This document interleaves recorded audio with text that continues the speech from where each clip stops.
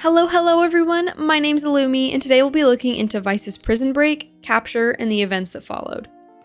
At the end of the Abyss cinematic, we saw something that looked like hands or a claw come to life after some bullets pierced through this hourglass-looking chamber. As Deadlock began looking into the security around the facility, she found this.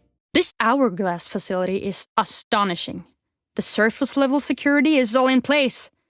3-factor biometric entry. Dual encrypted transmission hardware? But you need to see the containment areas deeper in the facility.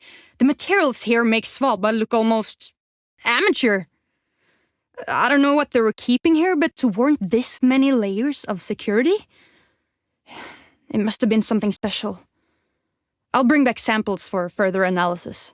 Deadlock mentions Svalbard, which is where her and her sisters in arms went to retrieve the Radabear for Kingdom that unfortunately killed her sisters and took her arm. Svalbard was a highly secured place, and it needed to be with the Radabear in it. Somehow, the security on Abyss, specifically for the containment units, is even more secure. What are they hiding? Shortly after, Gekko and his crew were tasked with mapping out the ventilation system when suddenly it got super cold and they heard breathing. Spooked, Gekko headed back to Val HQ for a bit. The rest of the team kept exploring all the crazy information Hourglass had been hiding about Radiance and Radianite for centuries. Killjoy's excitement was literally off the charts. I just completed a preliminary scan of the Hourglass archives, and without putting too fine a point on it, this database is extraordinary. I see artifacts and dates that span the entire length of human history, carbon-dated technology that completely upends our understanding of material science, biological readings that have significant repercussions for evolutionary... Oh, listen, I've barely scratched the surface. As Killjoy tackled the archives and found things that could sincerely change the course of science for the future, Cypher finds 2 more Hourglass facilities. In order to put a stop to Hourglass, they'll need to take out as much of the Hourglass operations as they can. However, before they can take another step forward with that, Sova calls Brim from Abyss. Brimstone! Brimstone, pick up! Listen, something's happened. The containment cell has been smashed open by whatever was inside. There's metal everywhere, and I can't turn these alarms off! Brimstone, get over here now! So, yeah, remember those bullets that pierced that containment unit? And the crazy security system Deadlock found? And the chill and breathing Gekko heard?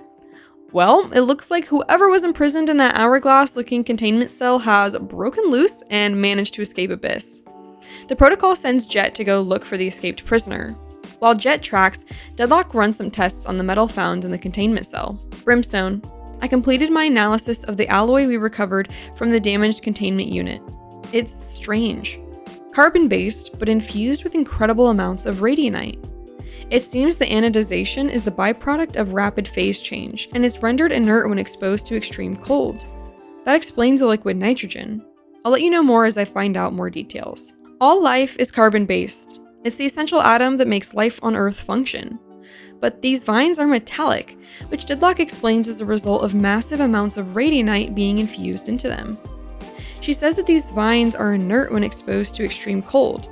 So the cold that Gekko felt and the gas we saw coming out of the containment cell was actually liquid nitrogen being pumped through the ventilation, which has a temperature of negative 320 degrees Fahrenheit or negative 196 degrees Celsius.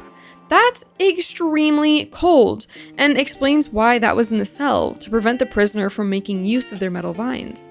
But even so, that is a cruel temperature to put a living being into. Deadlock also mentions anodizing, and as someone who got their bachelor's in chemistry, I'd like to explain this. Anodizing is an electrochemical process that coats a metal with an oxide surface layer. Essentially, this process gives metallic objects a hard, sturdy finish which helps ward off corrosion and general wear and tear of the metal. However, this is a chemical process. Without going into too much detail, it does not and cannot happen through phase change in real life, like Deadlock mentions. But this is the world of Valorant, and Radianite exists here, and the effects of it have barely been understood by the scientists in Valorant like Viper who are studying it. So I'm going to say that somehow the Radianite that's infused into this metal allows the anodization process to happen through rapid phase change. Sound good? Okay, moving on. Jett's search for the escapee proves fruitful, and she sends this update. Hey, Good news. We've been able to track the escapee. It led us straight through 2 more Hourglass hideouts. I'm at the latest one now. Or what's left of it. Damn, these Scions didn't stand a chance. What this prisoner did to Hourglass, it's vicious. And she's getting better at it. Mastering her powers as she goes. I don't know if this is revenge or a vendetta or she's just a monster or what. I'm gonna send over some videos of the handiwork. You should brace yourself. Jett continues to chase her until they get to Seoul, South Korea, which is where Jett's from. They track her down and a squad is sent to catch and question her. Jett makes first contact, but Vyse was prepared. She senses Yoru in chamber as well, asking them to come on out. However, she didn't sense Omen, as he is suddenly behind her with a sheriff. Omen stops pointing the gun at her and says, "Let's talk." And ever since, Vyse has been on the team. After this, the team continues to clean up the remaining threats from the Scions of Hourglass. We find out that Vyse was actually a scientist for Kingdom, researching the Interverse before Hourglass came in, destroyed her research, and took her captive. Now that she's up to speed with everything that's happened since her capture, she informs Brimstone that the Protocol's research is far behind. I finished reading through Valorant's interversal documentation, and your research is borderline amateur. Your findings on seismic fluctuations, isotope decay, even organic substrates are all objectively wrong.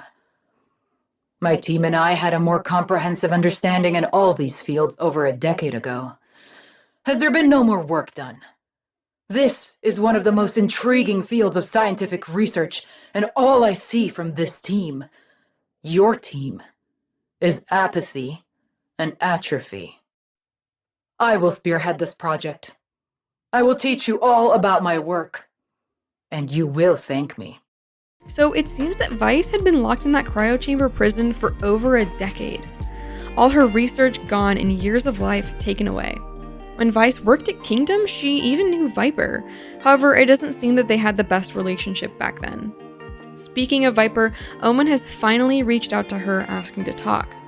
After everything on Abyss, he's finally ready to talk and bury the hatchet from their past. And it seems that's exactly what happened, as Omen returns to Val HQ. We thought that another fight with Hourglass was going to commence when we got this email from Vyse. Per my last email, Cypher has located all remaining remote users. They continue to underestimate us, refusing to cut their connections. A bold mistake. I acknowledge your desire to wait for a more optimal opening, but I must object. I've spent far too long waiting. Help me finish what I started. But in the next patch, we got this voicemail from her. Brimstone, I told you my focus would remain fixed on the Scions until I was confident their threat was nullified. Today, I am confident. Their communication relays still sputter to life on occasion, but it amounts to little more than background noise, the last groans of a hurt animal with a broken back. In short, I am satisfied. As agreed, I will now fully align my efforts with yours. With that, it seems that the Hourglass threat is quelled for now. Anyone remaining is like an injured animal that has gone to lick their wounds. They could rear their head again in the future, but for now at least, it looks like the threat is neutralized. Since then, Sage sent out this message to all the agents. Good evening, agents. With Operation Abyss stabilizing, leadership has decided to encourage everyone to take time off. All requests will be automatically approved.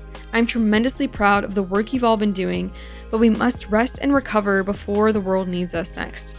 Be well, and send postcards. So the agents have begun to take some time off, which means we've gotten some slice of life updates from our agents. To start off though, we got this sad request from Deadlock. Brimstone, I'm requesting a leave of absence. I received word that the memorial to Ståljägarna was completed. I've been invited to its opening ceremony and was asked to prepare. And I was asked to prepare a speech for my sisters, and if I may go, please? The pain is so evident in her voice, it's crushing. If you remember in Deadlock's recruitment, her 2 sisters in arms were killed by the Ratabearer that took her arm. It seems that she's going to get to say a proper goodbye to them and finally face her grief. On lighter notes, Skye found out that Fade and Neon have never been camping before, so she takes them out to sleep under the stars for the first time. Gekko has a squad over to his family's house where his mom will cook up some carne asada.